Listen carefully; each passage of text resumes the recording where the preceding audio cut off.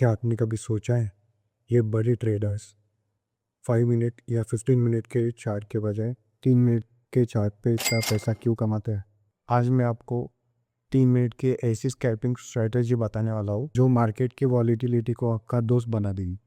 इस वीडियो में हम सिर्फ स्ट्रेटेजी नहीं बल्कि लाइव एग्जांपल्स, एंट्री रूल्स और सबसे इम्पोर्टेंट रिस्क मैनेजमेंट की बात करेंगे। अगर आप ये 20 मिनट ध्यान से देख लिए तो ट्रस्ट मी आपका ट्रेडिंग नज़रिया बदल जाएगा। तो सबसे पहले बात करते हैं 3 मिनट ही क्यों। दोस्तों 1 मिनट पे सबसे ज़्यादा नॉइस होता है, मार्केट बहुत ज़्यादा अप जल्दी अप जा और 5 मिनट का मार्केट बहुत ही स्लो होता है स्कैल्पर्स के लिए।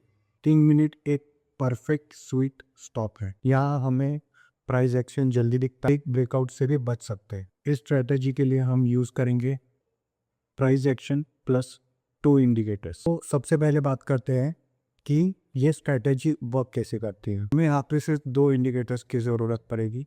पहला है मूविंग एवरेज और दूसरा है मूविंग एवरेज। पहला जो हमारा मूविंग एवरेज रहेगा वो रहेगा 20। ये शॉर्ट ट्रेंड मूविंग एवरेज है और ये जल्दी रिएक्ट करता है मार्केट। और दूसरा 32 मूविंग एवरेज, ये हमें कंफर्मेशन देता है, एडिशनल फिल्टर देता है और हमें कॉल सिग्नल से भी बचाता है। तो हम देखेंगे कि इसको एक्चुअल में कैसे यूज़ किया जाता है। देखो हमारी मार्केट यहाँ पे आ रही है और यहाँ पे 2 EMF है, 22 और 33।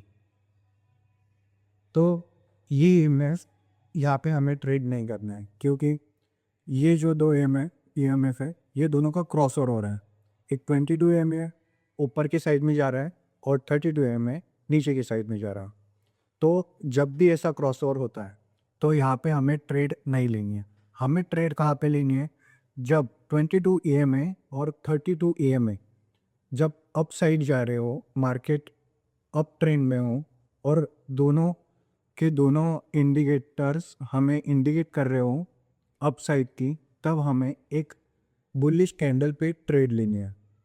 ठीक है, तो इसके कुछ एग्जांपल्स है, इसके एग्जांपल्स हम देखते हैं। जैसे कि देखो मार्केट यहाँ पे आ रहा है और यहाँ पे एक कैंडल ने हमारी EMA को टच किया, तो हम यहाँ पे ऊपर की साइड पे बाय एंट्री बनाएंगे और नीचे की साइड पे स्टॉप लॉस लगाएंगे। देखो अभी डाउन साइड पे भी हमारा सेम ट्रेड बन रहा है। हमारी कैंडल ने हमारे मूविंग एवरेज को टच किया, हमने स्टॉप लॉस लगाया और मार्केट। हम एक और एग्जांपल देखेंगे। देखो मार्केट यहाँ पे आया, हमारी मूविंग एवरेज को टच किया और हम सेम स्टॉप लॉस नीचे और बाय हमें एंट्री ऊपर बनानी है। हमारा टारगेट यहाँ पे हिट हो चुका है। बहुत ही सिंपल स्ट्रेटजी है, किसी भी मतलब कोई भी इसको कर सकता है। आप अगर आपने यही यूज़ कर ली तो आप खुद बोलोगे कि इतना मतलब इसका विन रेट बहुत ही ज़्यादा अच्छा है और ये स्ट्रेटेजी बहुत ज़्यादा वर्किंग है। इसका एक दूसरा एग्जांपल भी देख लेते हैं। यहाँ पे हमारा मार्केट ऊपर आया और हमारे EMO को टच किया, तो हमने सेम स्टॉप लॉस नीचे और एंट्री ऊपर बनाई और मार्केट फिर से अच्छे से ऊपर चला गया। फिर से एक एग्जांपल है हमारे पास, तो इसको देखते हैं। सो मार्केट यहाँ पे आया पर यहाँ पे 2 EMF का क्रॉस ओवर हो रहा है, तो यहाँ पे हमें ट्रेड नहीं करनी है। यहाँ पे और एक एग्जांपल है, देखते हैं। यहाँ पे हमारी सेल साइड की ट्रेड बन रही, देखो। तो हम क्या करेंगे, एंट्री बनाएंगे नीचे और स्टॉप लॉस ऊपर।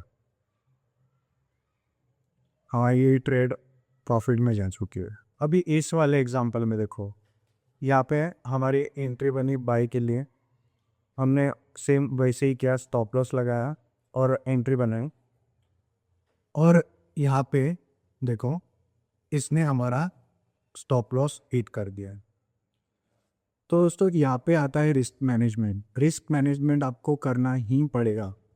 आपके पास अगर ट्रेड्स के लिए 1 लाख भी है तो मैं तो कहता हूँ आपको सिर्फ 0.5% का रिस्क लेना चाहिए, क्योंकि देखो अगर आप स्टेप बाय स्टेप आप स्कैल्प करोगे तो आपके पोर्टफोलियो उतना ही ज़्यादा बढ़ेगा।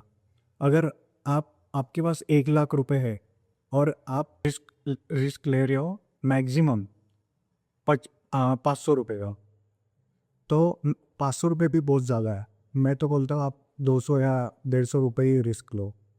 उससे हमें नहीं आता है तो फिर आप पेपर ट्रेडिंग करो, उस पर ट्राई करो और इस स्ट्रेटजी को यूज़ करो। इसका विन रेट देखो। कुछ भी प्रॉब्लम हुई तो मुझे पूछो, मेरे कमेंट सेक्शन में पूछ लो। अगर आपको ऐसी वर्किंग स्ट्रेटजीज चाहिए तो मेरे चैनल को सब्सक्राइब कर लो। आपको वीडियो अच्छी लगी होगी तो सब्सक्राइब कर लेना और कमेंट में बताना कि आपको ये स्ट्रेटजी कैसे लगी और मुझे और स्ट्रेटजीज पे वीडियो बनाना चाहिए कि नहीं।